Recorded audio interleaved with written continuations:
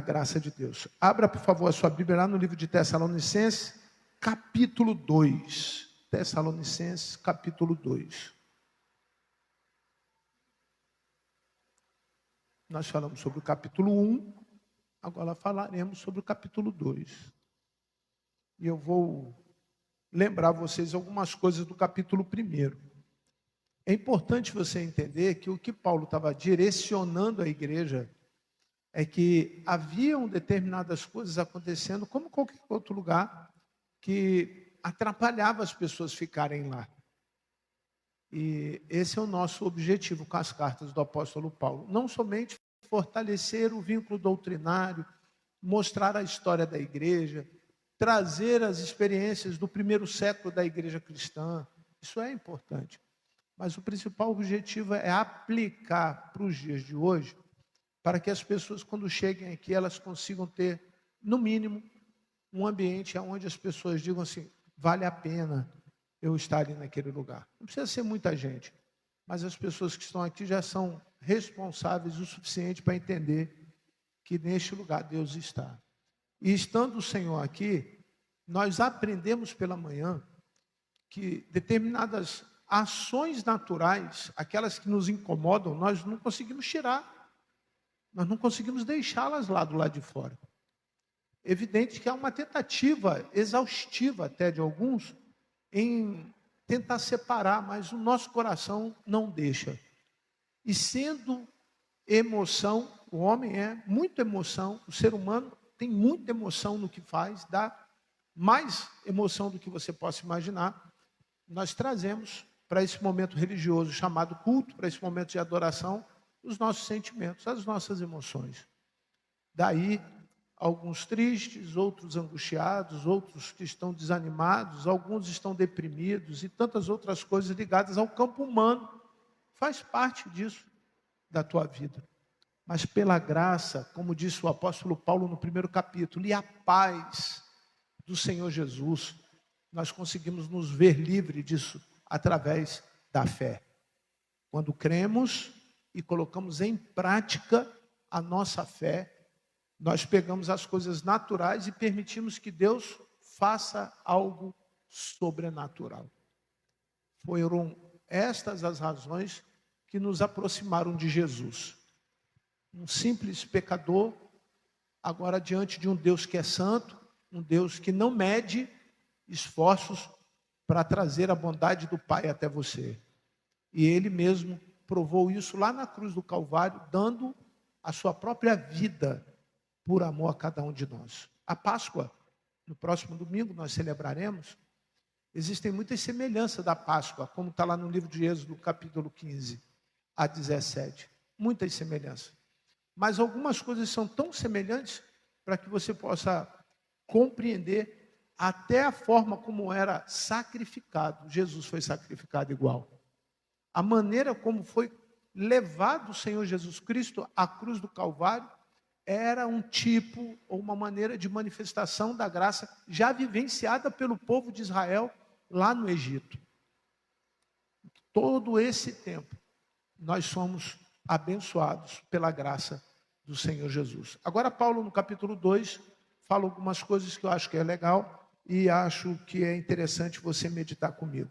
Por isso, convido a todos assentados como vocês se encontram, e até mesmo aqueles que estão nos assistindo, não são muitos, é uma questão que eu quero abrir um parênteses aqui. Você tem Facebook? Levante uma das suas mãos. Quem tem Facebook? Você poderia, independente de estar ou não no culto, pegar ali no Facebook da igreja, compartilhar lá no seu Facebook ou no Facebook dos amigos, que é só apertar o dedinho assim, ó. Com 10, 15 segundos você compartilha para os seus amigos. Algumas vezes nós passamos a vida toda fazendo coisa desnecessária. A vida inteira. Fazemos coisas que não vão nos levar a lugar nenhum. Mas pode ter certeza que a mensagem que você compartilha pode chegar no coração de alguém que está precisando da palavra que Deus tem essa noite para ele. E através do que você faz, um simples gesto, apertar o botãozinho, leva a mensagem de Jesus para aquela vida. É apenas uma comunicação não formal, para que você possa pensar na possibilidade de nos ajudar a divulgar a página da igreja e o tempo em que nós passamos aqui como culto, compartilhamos isso com outras pessoas. O O apóstolo Paulo, em 1 Tessalonicenses, capítulo 2, verso 1, nós vamos ler alguns versículos saltando, tá? Nós vamos saltar alguns versículos, fiquem atentos. Vocês sabem muito bem, irmãos, que a nossa vida não ficou sem proveito. Quando ele diz isso, que a visita dele não foi em vão, o que estava acontecendo? No primeiro capítulo, volta um pouquinho o capítulo 1, versículo 5, tem uma coisa interessante aí. Pois temos anunciado o evangelho a vocês. Então, qual era o propósito do apóstolo Paulo, da visita do apóstolo Paulo? Falar do evangelho. Mas como alguém vem falar do evangelho para quem tem um evangelho? É porque o evangelho precisava ser falado da maneira como Paulo estava falando. Nem sempre a notícia boa que você recebeu, ou seja, o evangelho de Jesus, Mateus, Marcos, Lucas e João, nem sempre é aplicado à nossa vida da maneira como deveria. Foi isso que Paulo está dizendo. Eu sei que vocês compreenderam o cristianismo, vocês já estão vivendo o cristianismo, mas a nossa visita aqui é para ir além do que vocês compreenderam. Para a igreja ir além do que já leu 10 vezes, 50 vezes. Se eu tenho 33 anos de igreja, como ministro, e leio 1 ou 2 vezes, talvez mais vezes, o livro de João por ano, é um hábito meu. Eu li pelo menos 70 vezes o livro de João. Mas estou ansioso para acabar o livro de Lucas e entrar no livro de João. Vai ter uma live agora, eu não consigo participar, viu, pastor? Já deixo avisado aí que eu não consigo participar. É um horário que eu tenho outras atividades que eu não consigo participar. Mas vai ter uma live para te orientar como ler o livro de João. Pelo menos está lá no grupo.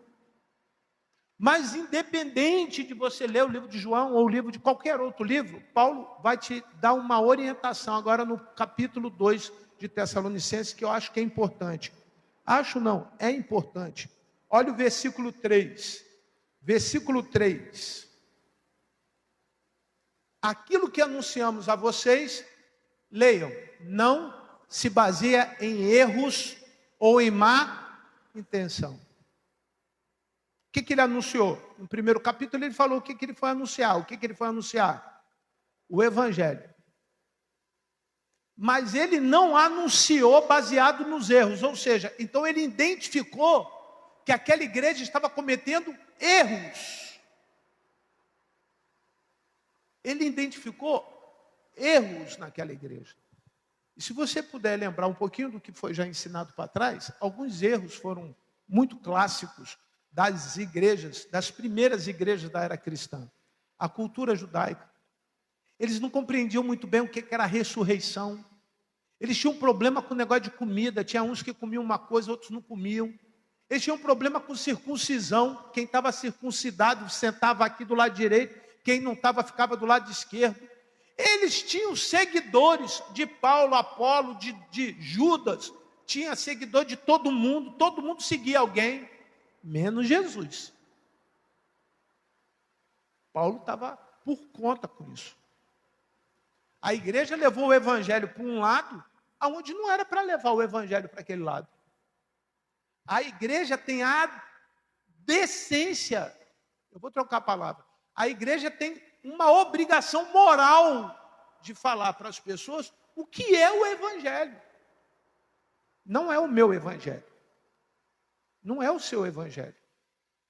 Isso é indecente. E o que nós aprendemos com essa informação? E também não tentamos enganar o quê?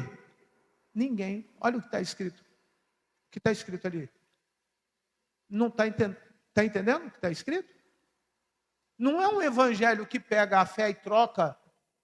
Não é um evangelho que é mercenária. Não é um evangelho que é interpretado segundo os interesses humanos. Não pode ser esse evangelho. Porque este evangelho não tem poder. Este evangelho não dá testemunho de Cristo. Este evangelho é comprometido com a prosperidade, com o livramento dos anjos, com os cultos às crianças e salvação predestinada. Era esta a temática da igreja. Era isso que estava acontecendo lá. E isso nós herdamos. Nós conseguimos ver determinados hábitos e costumes que a igreja brasileira faz, que você tem total relação com coisas que não deveria estar fazendo mais. Mas hoje eu não quero me ater a estas questões culturais. Não vou me dar, nem me permitir gastar 1 minuto falando com os irmãos sobre festa junina, julina, beber, usar jogo, fazer coisas que todo mundo, de uma maneira ou de outra, se associou a algum momento da vida e diz assim: todo mundo faz. Que mal faz? Se todo mundo faz uma betezinha. Que mal faz? Meu filho ir na festa junina e se vestir. Que mal faz? Eu não vou gastar tempo com isso, mas o apóstolo Paulo disse, verso 4, 1 Tessalonicenses, capítulo 2, versículo 4. Pelo contrário, leiam, por favor. Sempre falamos como Deus quer que falemos. Você sabe qual é a natureza da palavra de Deus, do Logos de Deus? Primeiro, a palavra de Deus é eterna. Não muda. Então, o que Deus falou para Abraão serve para mim. Amém? Amém? O que Deus corrigiu Moisés no Velho Testamento serve para me corrigir hoje. Amém? O que Deus fez com Elias serve para mim agora. Consegue entender? O que Deus trabalhou através de Jesus, os discípulos. Como foi detalhado no Evangelho a escolha dos 12 discípulos. Não foi assim, vou sortear e vem Maria, vem o Jorge, vem o Moisés, vem o Lucas, vem o Antônio, vem o Josézinho da Trindade, vem o irmão do som, vem o pastor Luiz. Não foi assim. Tinha uma multidão que seguia Jesus. Jesus escolheu. Não está assim escrito? Jesus escolheu. Se escolheu, tinha alguma coisa que Jesus viu nele. Agora, interessante, que eu quero alegrar o teu coração, que a palavra de Deus diz que Deus também te escolheu. Deus também escolheu você. A estrutura do Novo Testamento faz Paulo dizer o seguinte: olha, cuidado, porque eles estão vindo aí com força total, querendo enganar vocês. Contar histórias. Tornar as histórias deles as verdades que Deus não falou. Qual é o grande problema do pentecostalismo brasileiro? Uma porção de gente falando em nome de Deus que Deus não falou nada. Uma porção de gente revelando coisa que Deus não revelou nada. Uma porção de gente manifestando dons espirituais que não são dons espirituais. A pessoa foi treinada. O hábito, a convivência, e tudo aquilo foi herdado por uma questão de obrigação, porque se eu não tiver essa característica, eu não sou salvo. Que absurdo! Que absurdo! Entendo que o apóstolo Paulo estava dizendo assim, olha, cuidado, porque isso vai perdurar, durar por muito tempo no meio da igreja. E isso afasta as pessoas da igreja. Isso torna jugo muito pesado. Há pouco, quando nós estávamos cantando, eu fiquei imaginando, e faço esse apelo público. Cadê os homens para cantar aqui na igreja? No louvor. Só tem o Pedro para cantar? O dia que o Pedro foi embora, casou, foi embora. Quem vai? Vai ficar a irmã Michele, a irmã Camila, a irmã Rebeca. É isso? Cadê os homens? Aí o Espírito Santo, eu estou falando que o Espírito Santo falou no meu ouvido, falou assim, ora para Deus mandar os homens. Ora para Deus mandar. O que o Espírito Santo está falando para mim? Ora para Deus mandar. Eu orei, mas se eu não falar do Evangelho para os homens, eles não serão salvos. Se eu não sair esta noite com o desejo de amanhã falar de Jesus para os homens, eles não serão salvos. Aquilo que Deus falou ao coração dos profetas, de alguma forma, chegou até o coração do rei, e o rei disse o seguinte para aquela nação, olha, isso é bom, isso é muito bom. Mas se Jonas não fosse lá falar, o rei não se converteria. A igreja precisa entender que todas as vezes que nós temos o cumprimento da missão, quem ganha é a igreja. para fazer isso, ele diz, nós não queremos agradar as pessoas, não pode ser um evangelho que agrade as pessoas. O evangelho que agrada as pessoas agrega, sabe aquele evangelho inclusivo? O evangelho que aceita tudo? O evangelho contemporâneo que abre a porta para todo tipo de coisa? Esse não é o evangelho de Jesus. O evangelho de Jesus tem seriedade, existe compromisso. Por outro lado, os que aqui estão, que já receberam o evangelho, precisam falar isso. Mas a Deus que põe à prova as nossas intenções, Ele conhece o que você está fazendo aqui. Graças a Deus que só Ele conhece. Eu não tenho o dom de entender o que está no teu coração agora, e nem quero. Uma certa ocasião, você já viu esse filme, teve lá o Todo-Poderoso, né? Lembra? Com Tim Curry, um ator que fez o Máscara, fez a oportunidade, fez outros filmes, mas ele ali estava no lugar de Deus, ele se colocou no lugar de Deus. Chegou uma hora, ele ficou alucinado, porque muita gente estava fazendo orações, preces, e aí ele tentando encontrar uma solução para isso, ele botou um computador para responder. Vocês viram que virou um caos. Vocês lembram do filme? Virou um caos. Meu amado irmão, quando você tenta, de alguma forma, trazer soluções humanas para as coisas sobrenaturais, vira um caos a tua vida.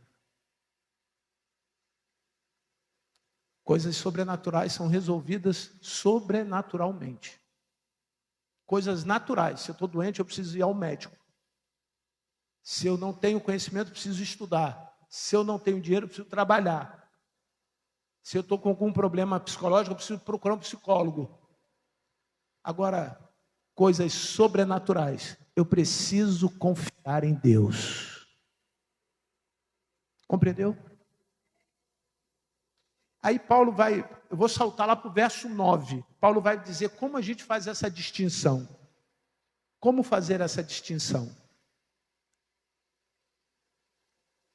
Me perdoe, não é 9, é o versículo 5. Pois vocês sabem muito bem que não usamos palavras bonitas para enganar vocês, nem procuramos tapear vocês para conseguir o quê? Está escrito ali assim? Tá?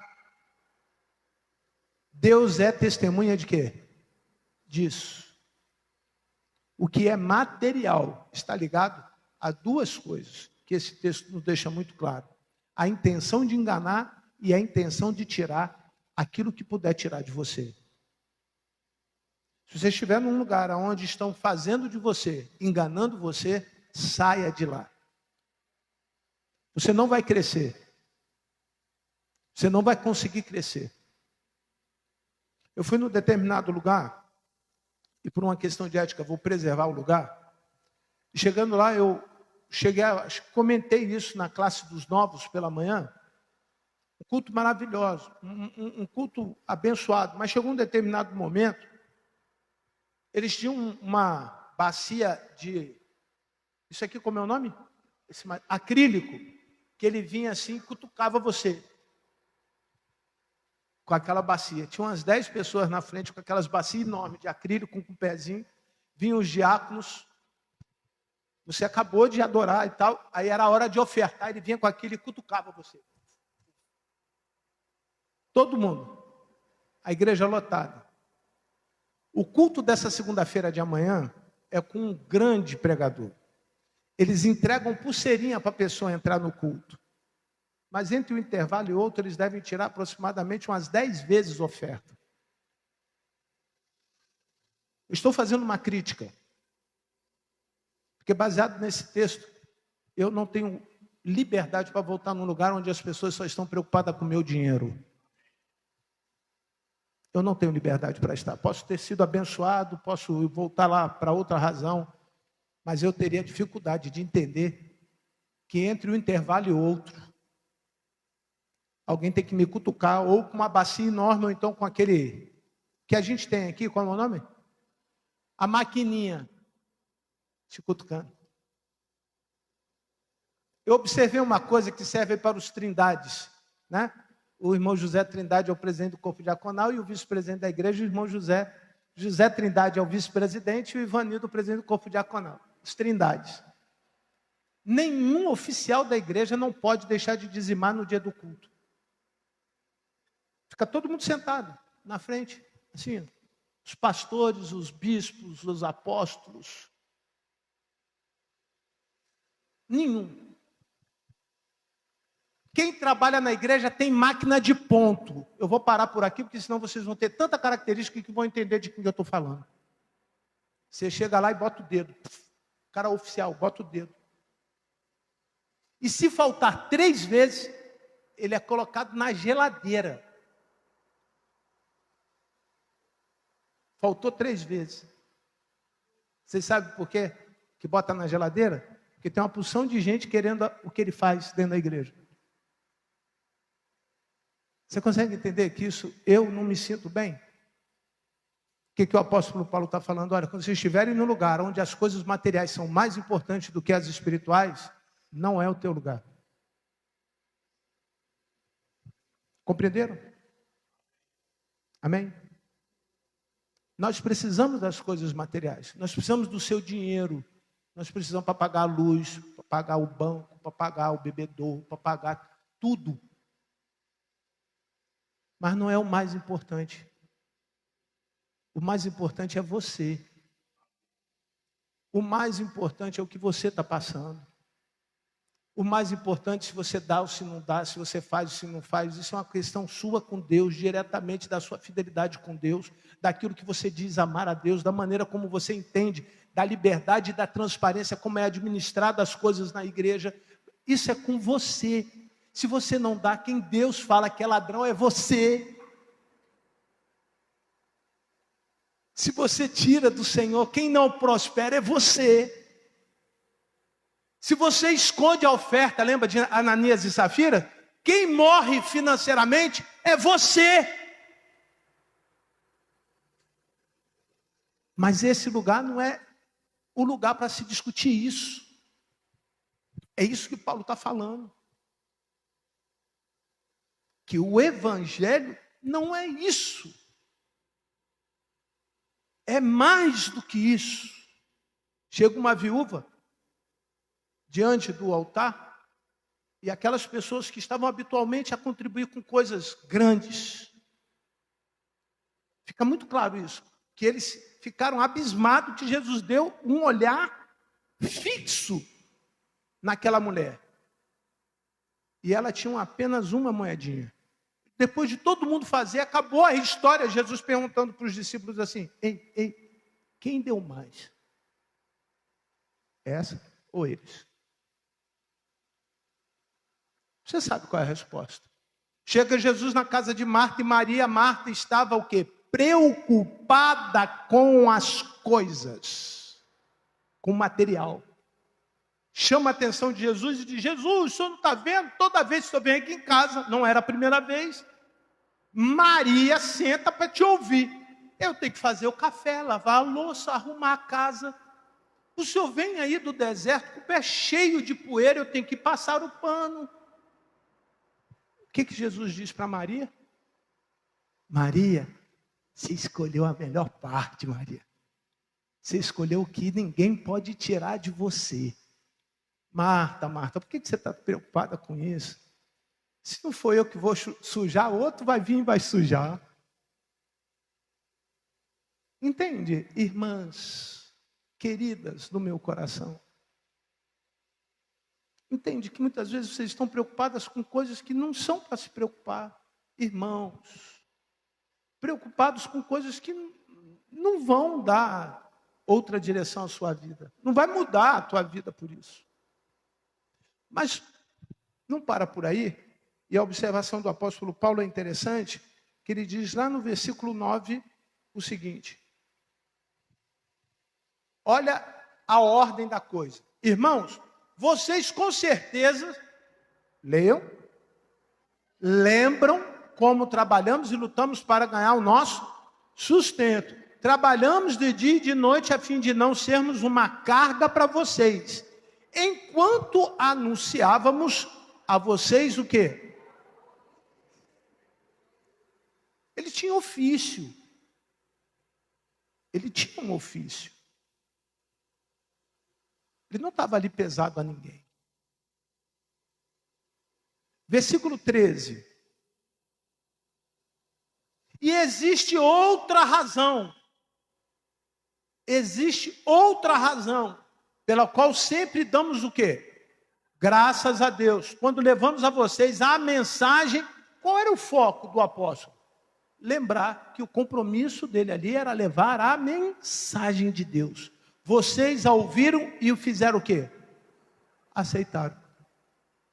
Tem que aceitar. Você lembra da palavrinha que eu disse pela manhã, paixão? Quando você aceita, é porque você se apaixonou. Quando tem dúvida, é porque você não sabe qual é o grau de amor que você tem por aquilo. E aí, se tem dúvida, irmão, a dúvida não é de Deus. A dúvida não é boa. A dúvida causa confusão.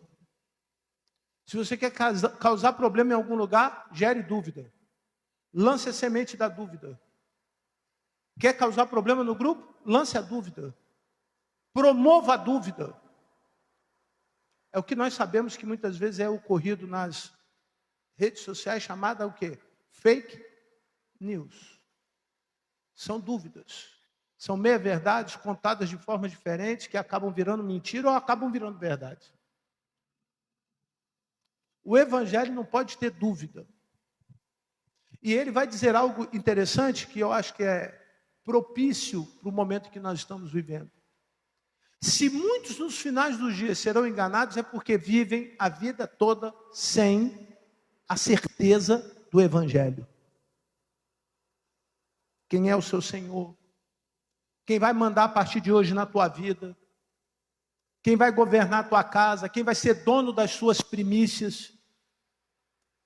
Que você vai virar um mordomo, um servo, que você vai viver sujeito às ordens e às obrigações espirituais ligadas a este Senhor, porque era assim lá no outro Senhor. Era assim. E Paulo aprofunda essa relação da obrigação, quando ele diz, olha, aumenta em mim a responsabilidade, porque agora as pessoas vão querer ver isso em mim.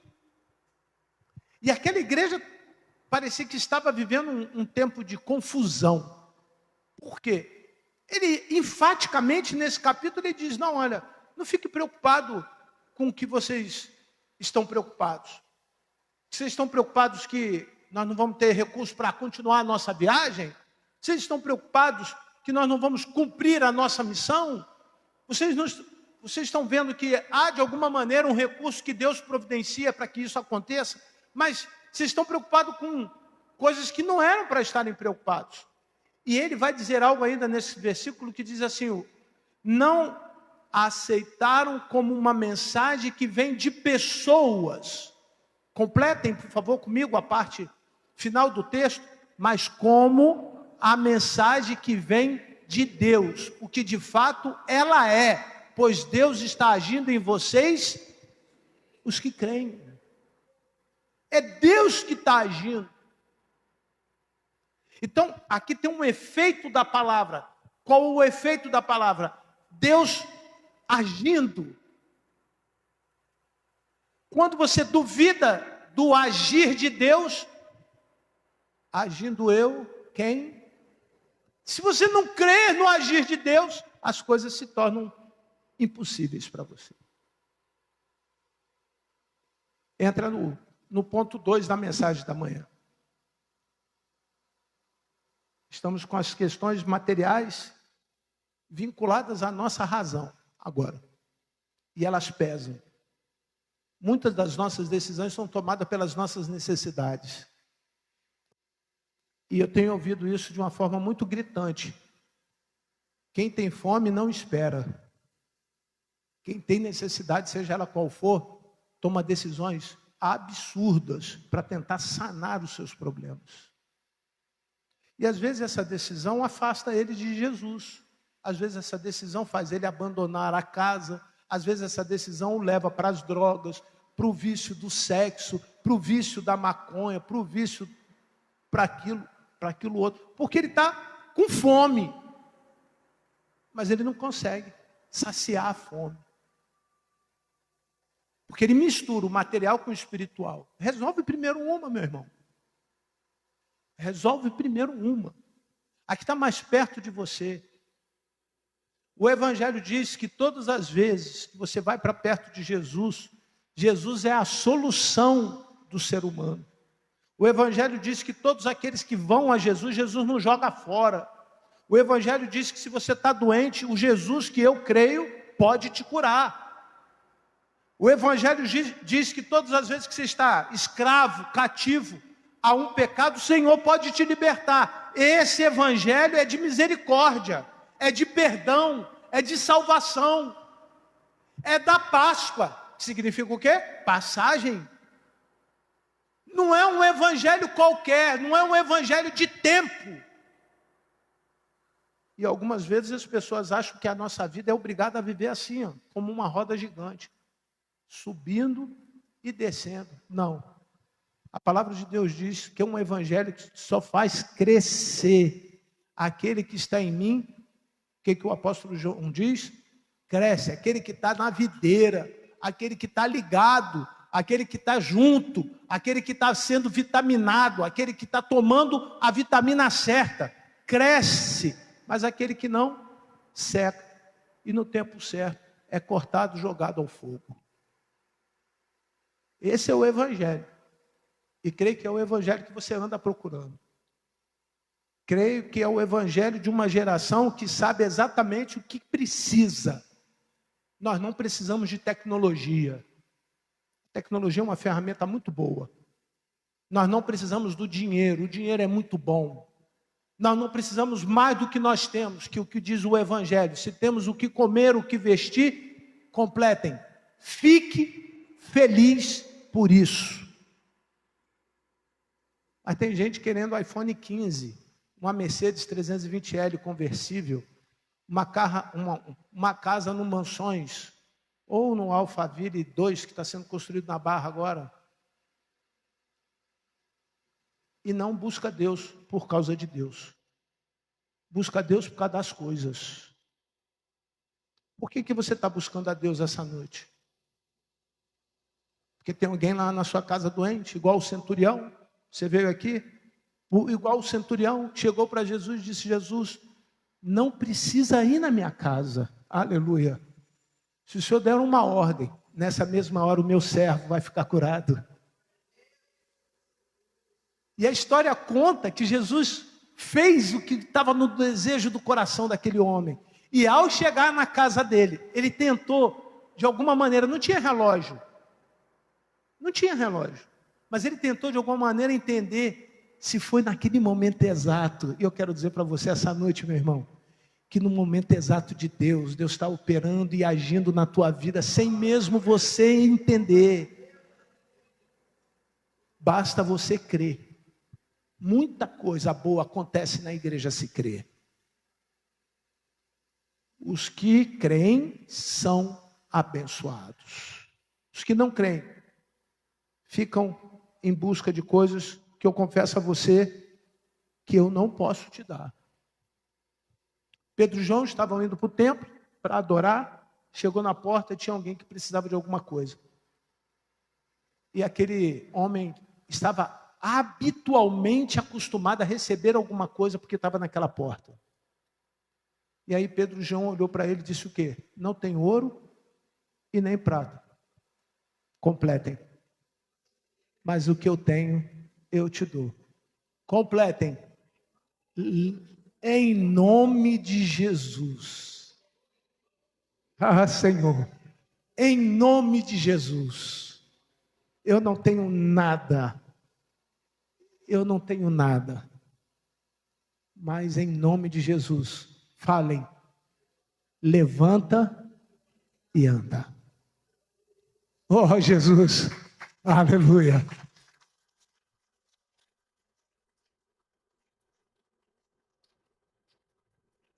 Quando a igreja entende que Jesus não é dono de um banquinho. E não tem Pix no céu para você. Ele faz a igreja andar. Quando a igreja entende que aqui é o lugar espiritual, aonde as coisas sobrenaturais estão disponíveis para os que creem, cada um na medida da sua necessidade, se enche da graça e transborda da graça que vem do céu para a minha vida e para a tua vida. Feche os seus olhos. Fale com Deus. Pai querido, muito obrigado, Senhor.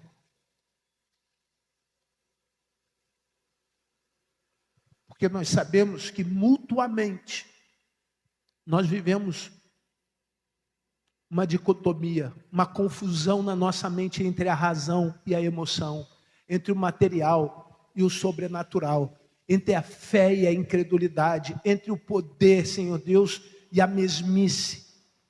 Mas agora, em nome de Jesus, aquilo que tem sido ensinado aqui vai de encontro, Senhor Deus, com as nossas necessidades de hoje. E lhe pedimos então para que o Senhor complete a obra que o Senhor tem feito e vem fazendo neste lugar. Acrescentando aos que creem, Senhor Deus, a alegria, a paz, a força para que durante essa semana possam sair vencedores em tudo que eles fizerem. Nós oramos assim, Senhor Deus, em Teu nome. E confiamos que há uma participação direta do Senhor nas coisas que nós vamos fazer amanhã. Acreditamos, Senhor Deus, que alcançaremos através da fé coisas que naturalmente nós não teríamos condições de alcançar. Entendemos que as trevas militam contra nós e tentarão nos sugar as nossas forças, sugar a nossa energia, tirar os nossos pés do caminho, tirar o nosso entendimento da Tua palavra. Tentarão nos fechar os nossos ouvidos e os nossos olhos, mas o Teu amor, aquilo que Tu fizeste lá na cruz do Calvário, que já nos traz total segurança de que o Senhor está aqui no nosso meio, pela ressurreição, nos dá, Senhor Deus, a garantia da Tua presença em nós. Muito obrigado, Senhor, por isso.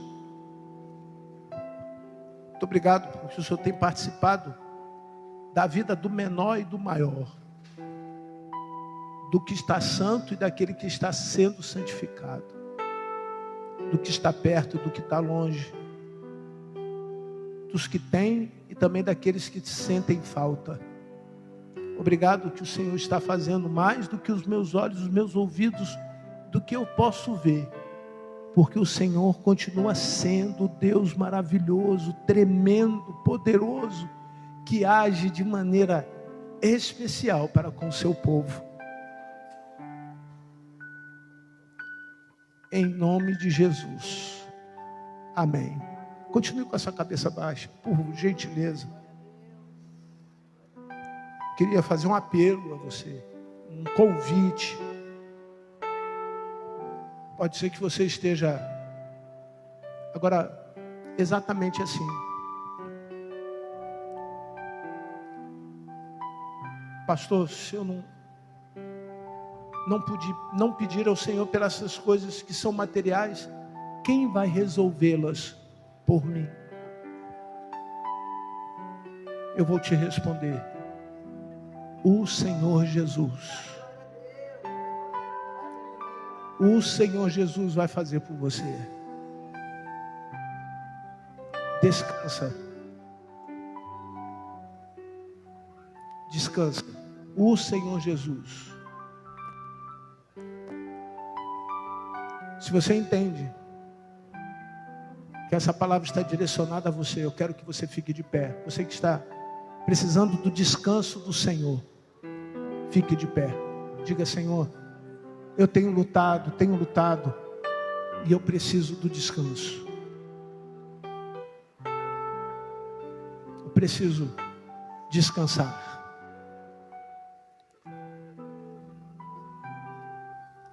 Porque depois, meu irmão, que você descansar, você vai ter força para continuar correndo. E os que estão voando subirão ainda muito mais alto, para a glória do nome do Senhor. Abençoe, Senhor Deus, o teu povo. Em nome de Jesus. Amém. Vamos todos nos colocarmos de pé e adorarmos ao Senhor. E logo após o cântico, assim encerramos e desejamos a todos os irmãos uma semana abençoada. É necessário lembrar que nós estamos em um período de alerta de chuvas. Então cuidado, você que vai trabalhar amanhã, para não ir para lugar que vai ficar com o carro debaixo d'água. Ou então alagado. Cuidado, que o Senhor Deus te proteja, que o Senhor Deus guarde a tua saída, Deus traga você de volta, Deus abençoe a sua casa, o vento quando bater no teu telhado não arranque a sua cobertura, que tudo isso o Senhor esteja no controle, para a glória do nome do Senhor Jesus. Uma boa noite a todos, vamos adorar o Senhor.